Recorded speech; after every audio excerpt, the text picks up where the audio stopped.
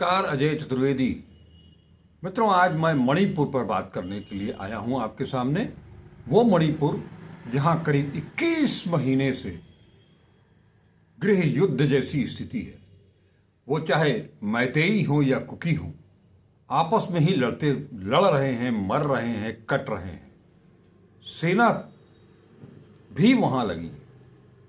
बार बार ये मांग की गई कि सेना को तैनात किया जाए।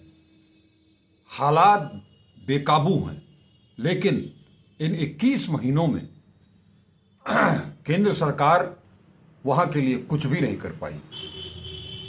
प्रधानमंत्री और गृह मंत्री वहां झांकने तक लिए नहीं गए। ये केवल राजनीतिक मामला नहीं है। ये क्या चाहते हैं, केंद्र सरकार क्या चाहती है, भारतीय जनता पार्टी क्या चाहती है, आरएसएस क्या चाहती है, ये सबके समझ के बाहर है। यहां यह भी बता दें कि जो वीरेंद्र सिंह की सरकार वहां पर कार्यरत रही,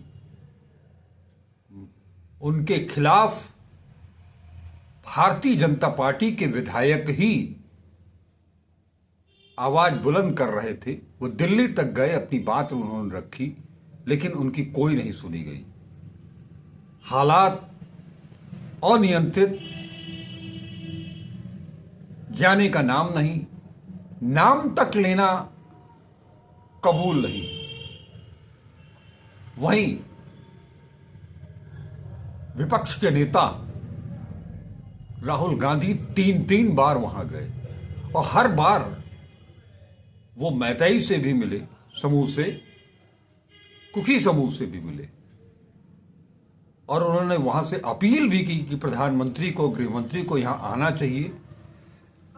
एक बार आकर के वो अगर दोनों समुदायों के नेताओं से मिलते हैं, विचार विमर्श करते हैं, तो निश्चित तौर पर इसका हल निकलेगा। आप सभी को अच्छी तरह से याद होगा कि लगभग इसी तरह की घटना कभी असम में हुआ करती थी। छात्र आंदोलन वहां पर जबरदस्त चल रहा था, अशांत क्षेत्र हो गया था, लेकिन कांग्रेस और तत्कालीन प्रधानमंत्री एक पहल की, बातचीत की,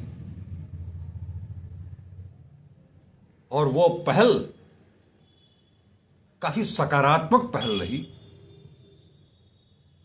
जहां तक मुझे स्मरण आ रहा है, वो राजीव गांधी थे प्रधानमंत्री, जिन्होंने इसकी पहल की थी। और आज असम में उस तरह की कोई चीज नहीं है, लेकिन प्रधानमंत्री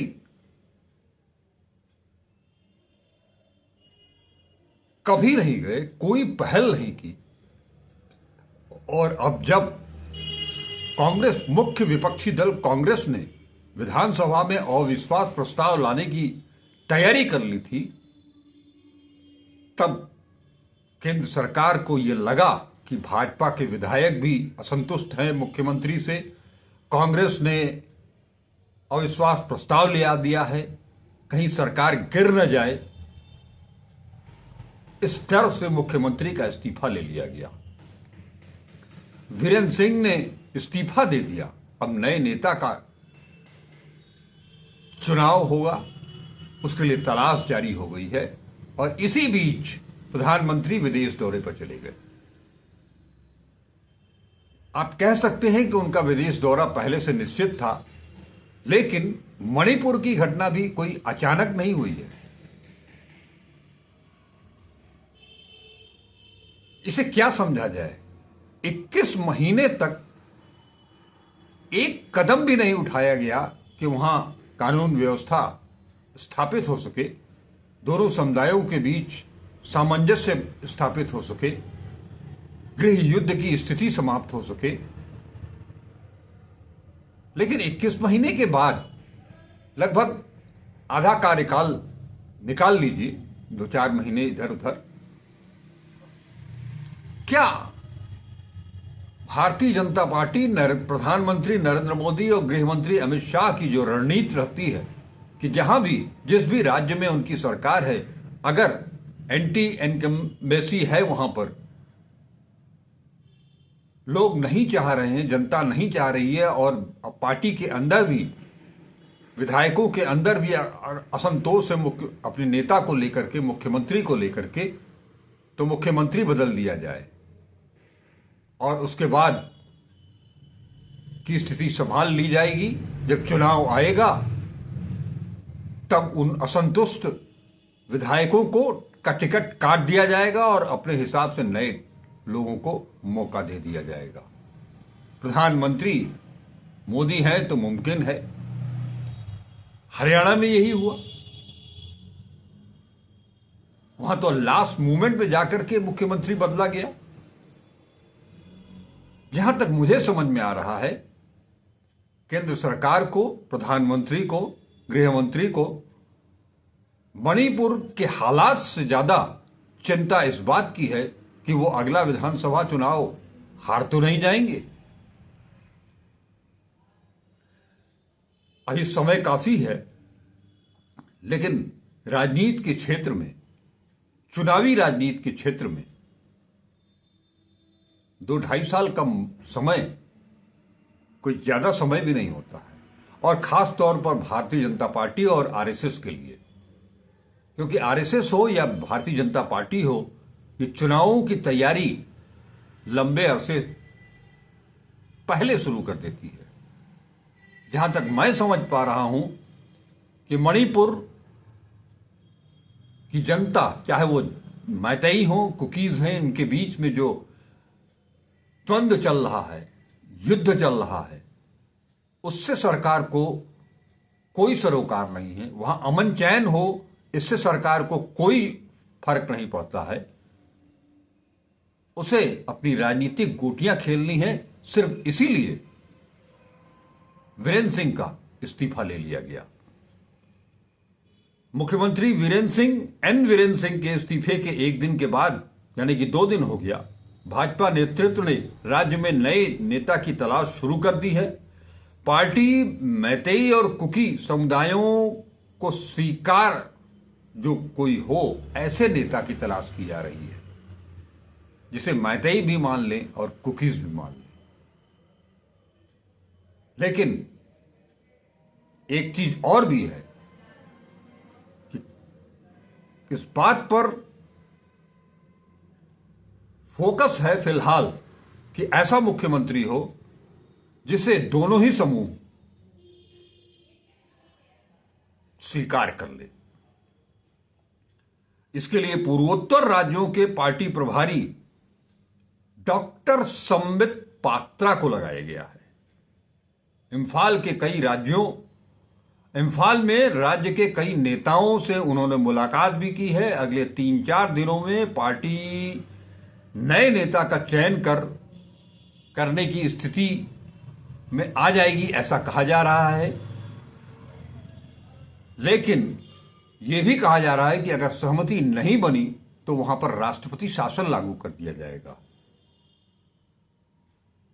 आपको बता दें कि वीरेंद्र सिंह का विरोध कर रहे पार्टी के विधायकों व विपक्ष की सरकार के खिलाफ अविश्वास प्रस्ताव लाने की तैयारी को देखते हुए भाजपा नेतृत्व ने रविवार को उन्हें सीएम पद से हटा दिया। कहा जा रहा है कि नया मुख्यमंत्री मैतेई समुदाय से ही होगा। एक तरफ बात की जा रही है कि ऐसा नेता चुना जाए मुख्यमंत्री के लिए जो पूरी तरह से दोनों पक्षों को मान्य हो। फिर यह भी दलील दी जा रही है कि मुख्यमंत्री जो भी होगा वो मैतेई समुदाय से ही होगा। क्यों? कोई बीच का रास्ता निकाला जा सकता था, लेकिन सवाल वही है कि ऐसी परिस्थितियां जब आती हैं तो वहां न ईडी काम करती है, न चुनाव आयोग काम करता है, न इनकम टैक्स काम करता है, न पुलिस काम करती है, न सीबीआई काम करती है। वहां अपना विवेक काम करता है। और इस मामले में इनके पास कोई ठोस योजना, जिस सरकार के पास बेरोजगारी का कोई ठोस समाधान न हो, गरीबी का, महंगाई का, महिलाओं पर हो रहे अत्याचार का, पेपर लीक का, इनमें से किसी का भी जिसके पास कोई समाधान ना हो और बड़ी बड़ी बातें की जाए। विकसित राष्ट्र, क्या ऐसे विकसित राष्ट्र बनेगा गृह युद्ध करा करके? हमसे कंट्रोल नहीं हो रहा है तो हम उसको छोड़ देंगे उसके हाल पर? ऐसा कभी नहीं होगा। और आज की तारीख में एक संवैधानिक संकट भी है।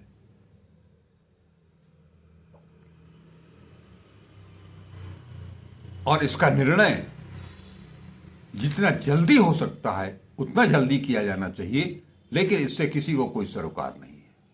हर कोई, प्रधानमंत्री फ्रांस चले गए, फ्रांस से अमेरिका चले जाएंगे,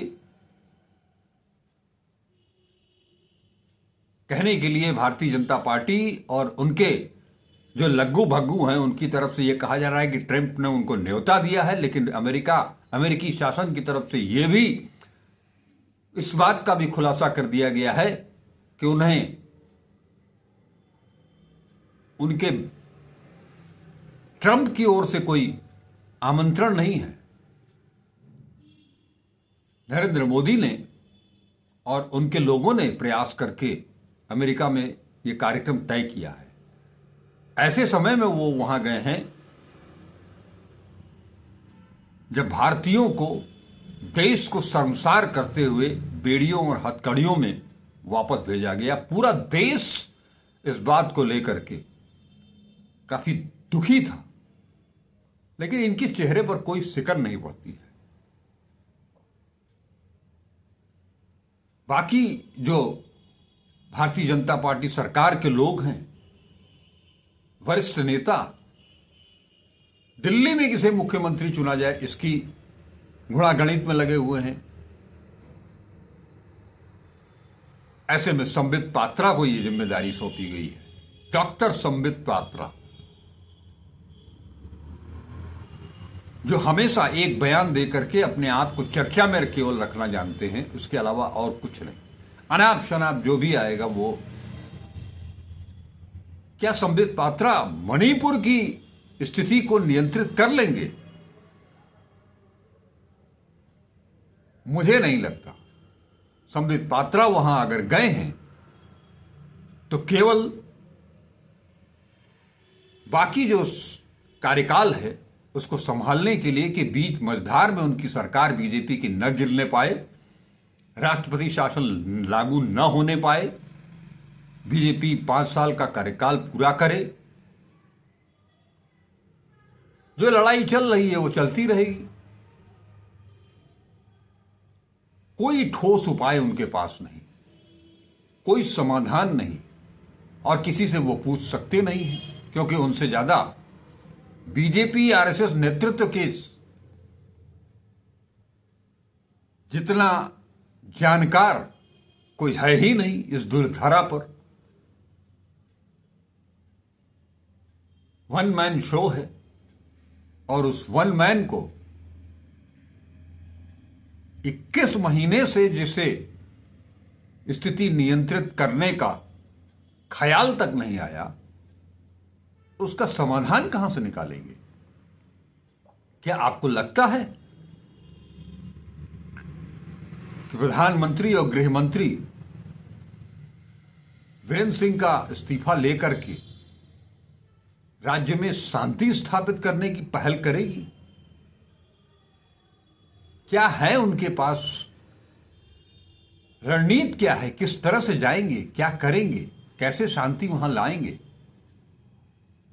बात इसकी है। बात सरकार बचाने की नहीं है। लेकिन यहां बीजेपी सरकार बचाने में लगी हुई है। अब देखना यह है कि ये 2-3 दिन के बाद क्या सरकार वास्तव में बच पाती है या राष्ट्रपति शासन लागू होता है। हालांकि उससे कोई फर्क नहीं पड़ता है, राष्ट्रपति शासन लागू हो या उनकी सरकार को बचा लिया जाए, सत्ता तो बीजेपी की ही रहेगी। जैसे दिल्ली में भले ही आम आदमी पार्टी की सरकार रही, सरकार को चला तो एलजी रहे थे, वैसे ही राज्यपाल वहां के चलाते रहेंगे। क्या फर्क पड़ता है? इससे ज्यादा त्रासद स्थिति इस देश में इससे पहले कभी नहीं आई। सब कुछ भगवान भरोसे चल रहा है। इस हिंदूवादी सरकार के राज में सब कुछ भगवान भरोसे ही चल रहा है। वो अदृश्य शक्ति ही इस देश का नेतृत्व कर रही है, संचालन कर रही है। एक बात ये तय हो गई है, इन्हें केवल जो सत्ताधारी हैं उन्हें केवल और केवल किसी भी कीमत पर सत्ता चाहिए और सत्ता में बने रहना चाहिए। उन्हें इस बात से कोई सरोकार नहीं कि कितने लोग मर गए, कितने लोग कट गए, भाईचारा खत्म हो गया, एक दूसरे के दुश्मन बन गए। क्या इस तरह से शासन चलाया जाता है?